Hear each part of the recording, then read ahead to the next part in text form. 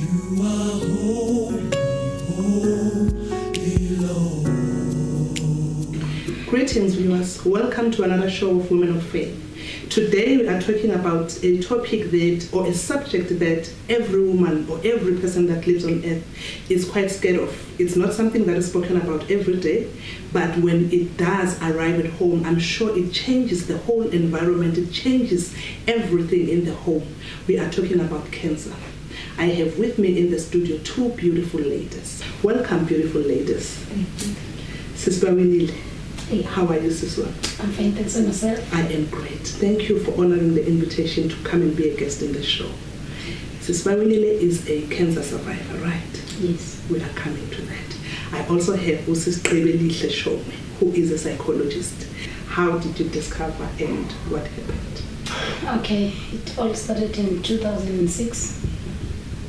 I had something like a tumor, like a tonsillitis actually, inside there, under my lymph. So it felt like a tonsil. Yes. You thought I'm a tonsil. Normal tonsil. Okay. I went to the hospital, but before that, I was suffering from a headache for plus minus 6 months. Okay. Then I went to referral hospital. Then they diagnosed. Okay.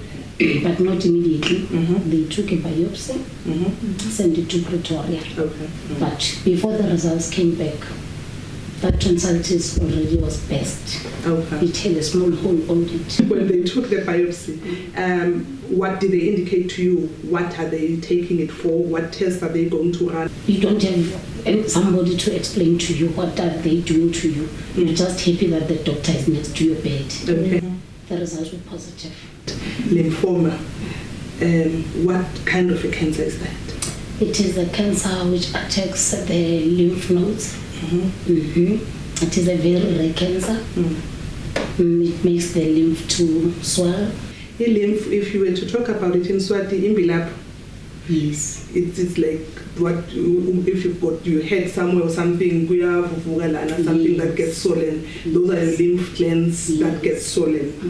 If you've got any other, so with this type of cancer, then will then attack those glands. Yes. At that time, at what stage was it? I went to stage 4 actually. Really? Yes. And you I are did. here And I'm here. today. Yes. I've been in a wheelchair for a year. How did you survive? Through the grace of God. Amen. I know the doctors were there. They transferred me to Pretoria. I had to be treated there. It was very difficult. I stopped taking my medication. I stopped everything because I had 2 kids at home. I was a breadwinner.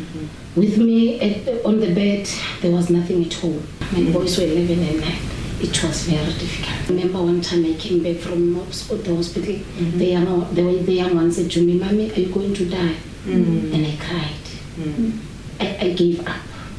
I wanted to die. I wanted to make it easier for them. Still, she touched on the issue of counseling to say, she was just told and it was rushing to save life.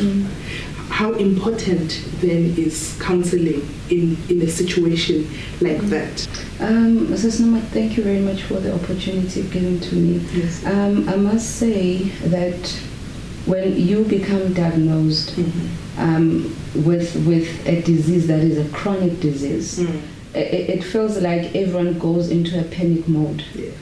The doctors don't know what to do, the nurses don't know what to do, the family don't know how to act, maybe even around you. Yes. So sometimes because of that panic mode, we then forget that maybe this person will actually benefit if a professional will come.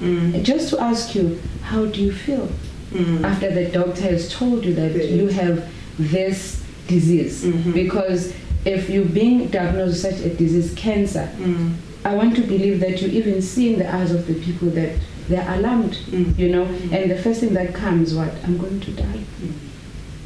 Sis Baminile, now you were in Pretoria for how long? Was it in and out? Yes, it was like a journey twice a week.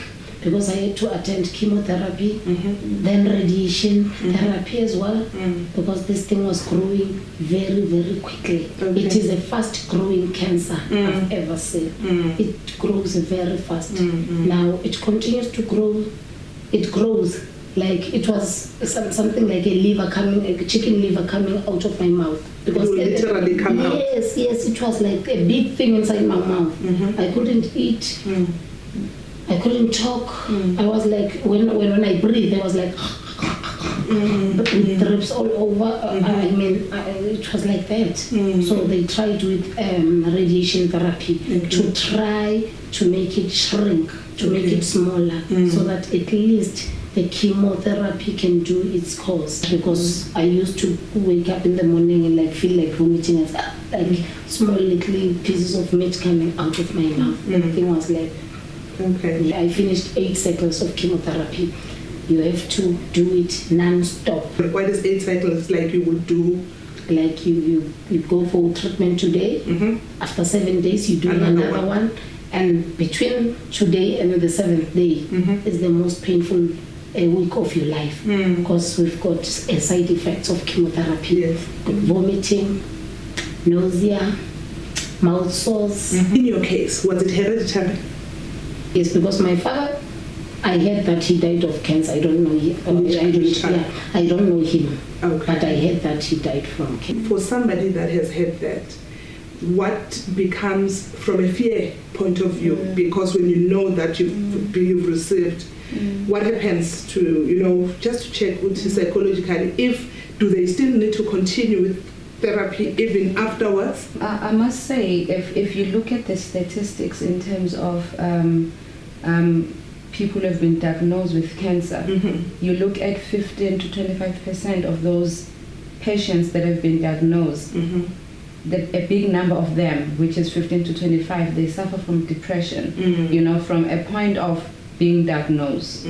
It's a huge, it's like a huge stone falling on you. How do I deal with it? There's a lot of processing. It's not about you sit with the psychologist today, then that's it. It's important that anyone that is viewing this program, they should know that it's a journey, that my psychologist, my counselor is willing, or I am willing to walk the journey of counseling with. Now, were you born again at the time?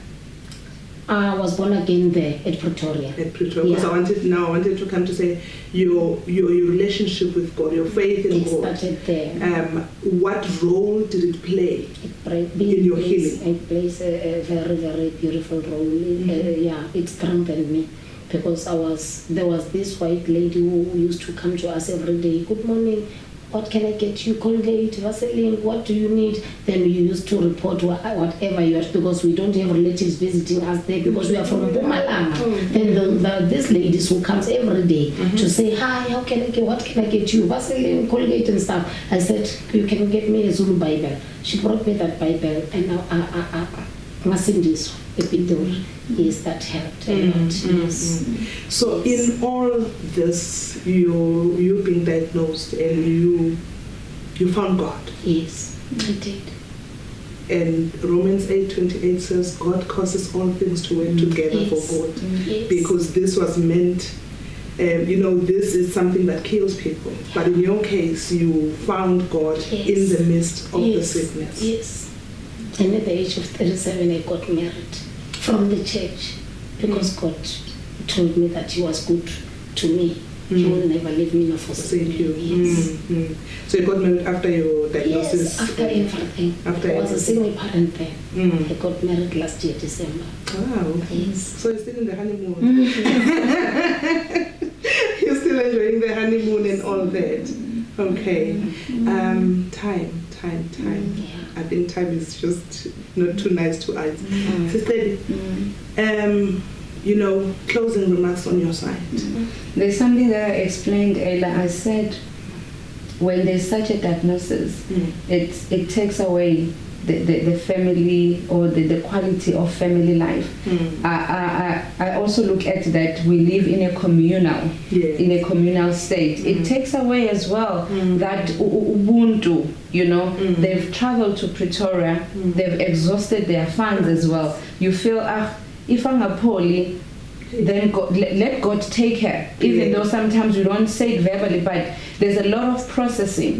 That is why it's very important when in a family somebody is sick, we don't look at the patient, but we consider the family. Yes. A journey that you've traveled. Yeah. If you were to offer advice, what would you say to somebody that has just been diagnosed? Support that person unconditionally. Unconditionally. Let the person feel loved. Let that person not feel lonely. Make sure that that person is laughing every day. Thank you for visiting, for coming and being my guests and sharing with us what you went through. Viewers, you've heard it. Lymphoma, it's a very aggressive, rare form of cancer. But it is not the end of the world. You've seen our guest, Tusisi Bawinile, today. She survived it. She is a living testimony that you can survive. And as I've said earlier on about Romans 8, verse 28, that God causes things to work together for good. It may be bad in your situation right now, but if you hold on, if you focus on God, He will cause that particular situation to work together for your own good. Her case, she found God, and today she is married. She is alive. I don't know what you may be going through. It may be something else with you, but there is hope for you only if you keep the faith, and if around you you have people that are going to support you and hold your hand and laugh with you, because surely everyone needs laughter. Until next time, stay blessed. Holy Lord, your righteousness fills my heart.